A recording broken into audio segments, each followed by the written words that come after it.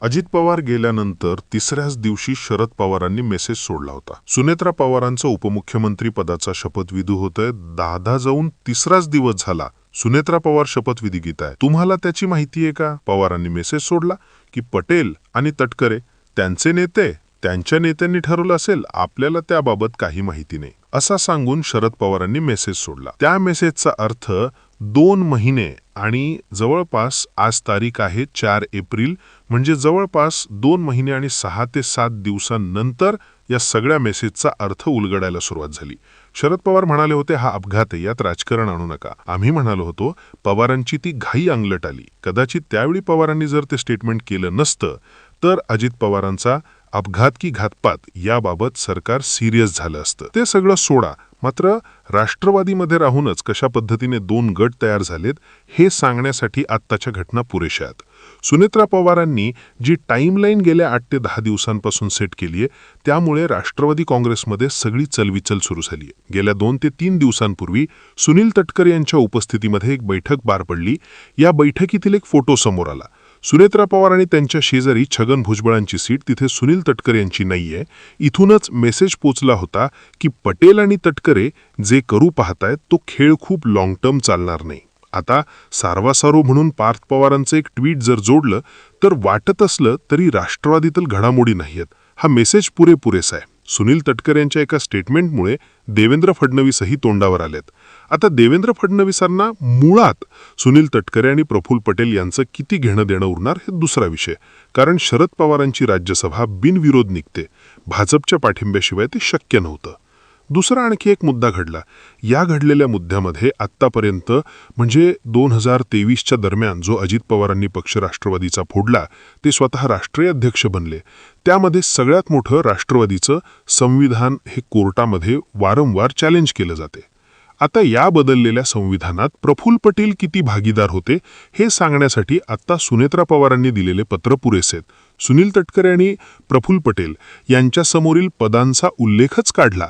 त्यांनी घेतलेले निर्णय वैधच धरू नये असं सुनेत्रा पवार जर म्हणत असतील तर त्याचा अर्थ हा लागतो की सुनेत्रा पवारांना आतला अख्खा खेळ समजला. पण आता या सगळ्या गोष्टी निवडणूक आयोगाच्या केंद्रात आल्यात आणि निवडणूक आयोग भाजपच्या म्हणण्यानुसार चालतो असा आरोप याआधी वारंवार वेगवेगळ्या विरोधकांनी केला.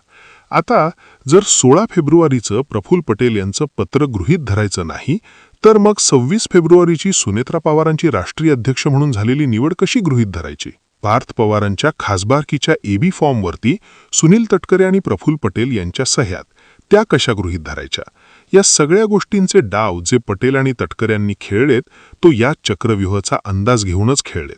आणि त्यामुळे आता कुठेतरी असं वाटतंय की विलिनीकरणाचा मुद्दा बाजूला करून सुनेत्रा पवारांना जसं चाललंय तसं चालू द्यावं लागणारे, काही काळासाठी का होईना, मात्र त्यांना दिसून आंधळ आणि ऐकून बहिरं व्हावं लागणार आहे. या सगळ्या गोष्टींमध्ये कालचा दिल्ली दौरा सुनेत्रा पवारांचा महत्वाचा ठरतो. सुनेत्रा पवार काल दिल्लीत होत्या. सुनेत्रा पवारांना पत्रकारांनी प्रश्न विचारला, प्रफुल्ल पटेल कुठे आहेत? कारण दिल्लीचा विषय आला तर पटेल आणि तटकरे तिथे हवे. सुनेत्रा पवारांनी माध्यमांशी बोलताना हे स्टेटमेंट दिलं की ते तुमचं तुम्हालाच माहिती. काल माध्यमांमध्ये आणखी एक बातमी आली. सुनेत्रा पवारांनी आपल्या एका महिला खासदार मैत्रिणीपाशी म्हटलं की पक्षाबाहेरील शत्रूंशी लढता येतं, मात्र पक्षांतर्गत शत्रूंशी कसं लढायचं? प्रश्न होता तटकरे आणि पटेल यांनी हुशारीने बऱ्याचशा गोष्टी अजित पवार गेल्यानंतर केल्या. सुरुवातीच्या 8 दिवस हे रंगवलं की आम्ही हे जर केलं नसतं तर. तुम्ही अजित पवारांच्या अंत्यविधीवेळी सुनेत्रा पवार नेत्र सुप्रिया सुळेंच्या हालचाली पाहिल्यात का? त्यांची स्टेटमेंट्स बघितली का? अजित पवार जाऊन 2-3 दिवसही झाले नव्हते, हे विलिनीकरणाची चर्चा करत होते. या सगळ्या मुद्द्यांवरती बोलताना त्यांनी हे दाखवलं की आम्ही हे केलं नसतं तर ते घडलं असतं, हा पक्ष पवारांनी गिळंकृत केला असता. सोयीस्करपणे हे नाकारलं की हा पक्ष आधी शरद पवारांचाच होता, तो त्यांच्या पुतण्याने घेतला होता.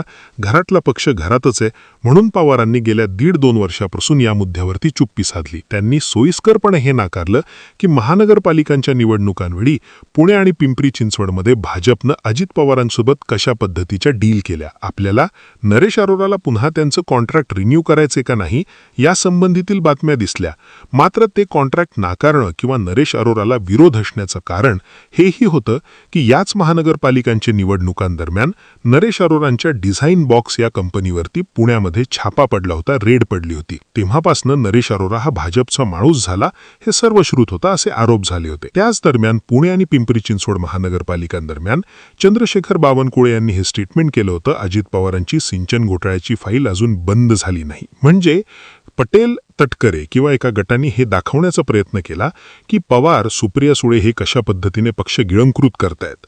पण हे सोयीस्करपणे दाखवणं माकारलं की भाजपनं शेवटच्या काही दिवसांमध्ये अजित पवारांसोबत कशी डील केली होती. आणि हेच सगळ्या मुद्दे टर्न बाय टर्न करून सुनेत्रा पवारांच्या लक्षात आले. मी तर म्हणेल त्याआधी जय पवारांच्या लक्षात आलते. त्यासाठीची त्यांनी 9 मार्चला पत्रकार परिषद घेण्याची डेट दिली होती.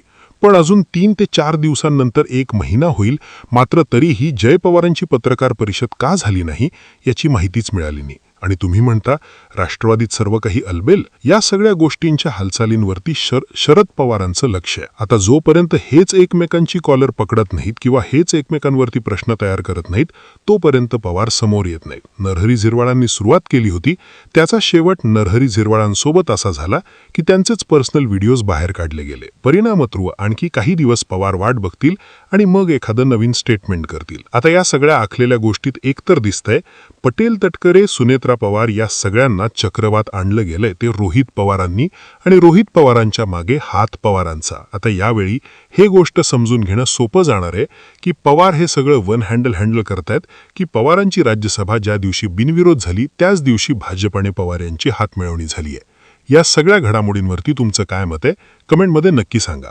आणि अशाच राजकीय घडामोडी जाणून घेण्यासाठी आपल्या जनमत लाईव्ह या चॅनलला सबस्क्राईब करा.